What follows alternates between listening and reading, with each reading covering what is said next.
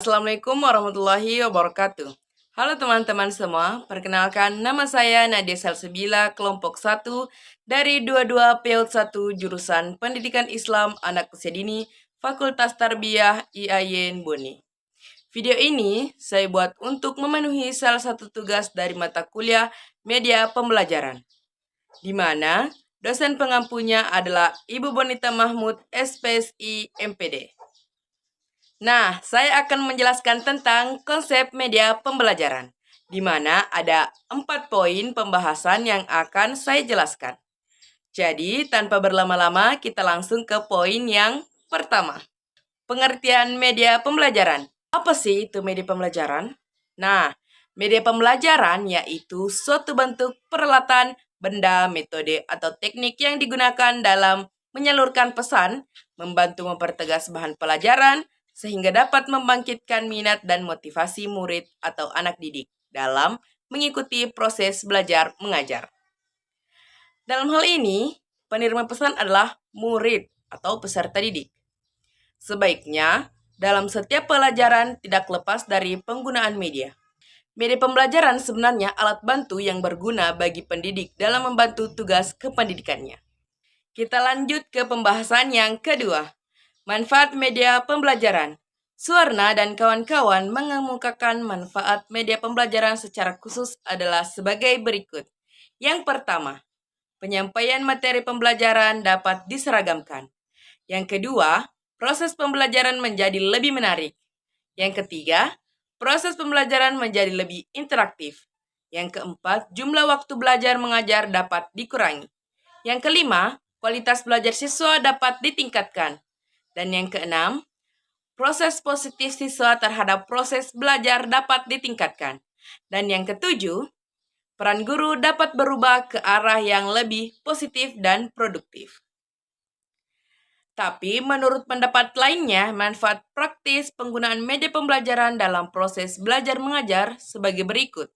Yang pertama, media pembelajaran dapat memperjelas penyajian pesan dan informasi sehingga dapat memperlancar dan meningkatkan proses dan hasil belajar. Yang kedua, media pembelajaran dapat meningkatkan dan mengarahkan perhatian pelajar sehingga dapat menimbulkan motivasi belajar, interaksi yang lebih langsung antara pembelajar dan lingkungannya, dan kemungkinan pembelajar untuk belajar sendiri-sendiri sesuai dengan kemampuan dan minatnya. Yang ketiga, media pembelajaran dapat mengatasi keterbatasan indera, ruang, dan waktu. Dan yang keempat, media pembelajaran dapat memberikan kesempatan pengalaman-pengalaman kepada pembelajar tentang peristiwa-peristiwa di lingkungan mereka. Kita lanjut ke pembahasan yang ketiga. Klasifikasi media pembelajaran menurut para ahli. Ahli yang pertama, Wilbur Schramm, mengklasifikasikan menjadi 3 kategori, media rumit, mahal, dan media sederhana, serta mengelompokkan media berdasarkan kemampuan daya liputan. Ahli yang kedua, Jejen. Jejen mengklasifikasikan media pembelajaran menjadi 7 kelompok yang dikaitkan dengan kemampuannya memenuhi fungsi menurut hierarki belajar. Ahli yang ketiga, Edgar Dale, mengklasifikasikan media berdasarkan pengalaman belajar siswa dari pengalaman yang bersifat konkret hingga abstrak. Ahli yang keempat, Allen, mengklasifikasikan media pembelajaran menjadi 9 kelompok dan mengaitkan antara jenis media pembelajaran dan tujuan pembelajaran yang akan dicapai. Ahli yang kelima, Ibrahim, mengelompokkan media berdasarkan ukuran serta kompleks tidaknya alat dan perlengkapan menjadi 5 kelompok. Ahli yang keenam, yaitu Nana Sujana, membagi media menjadi 2 jenis, media 2 dimensi dan 3 dimensi. Yang ketujuh, Kemp dan Dayton, mengklasifikasikan media menjadi 9 kelompok. Ahli yang ke-8, Gerlach dan Eli mengelompokkan media berdasarkan ciri-ciri fisiknya menjadi 8 kelompok. Ahli yang ke-9, Anderson, memaparkan kelompok media instruksional menjadi beberapa kelompok. Dan ahli yang terakhir yaitu Rudy Bretz, mengklasifikasikan ciri utama media menjadi 3 unsur pokok, suara, visual, dan gerak, serta membedakan antara media siar dan media rekam. Kita lanjut ke pembahasan yang terakhir, syarat kriteria pemilihan media yang baik. Adapun syaratnya, yang pertama, Relevansi dengan tujuan pembelajaran, yaitu media harus sesuai dengan tujuan pembelajaran. Yang kedua, kualitas konten. Materi harus penting, berguna, dan menarik.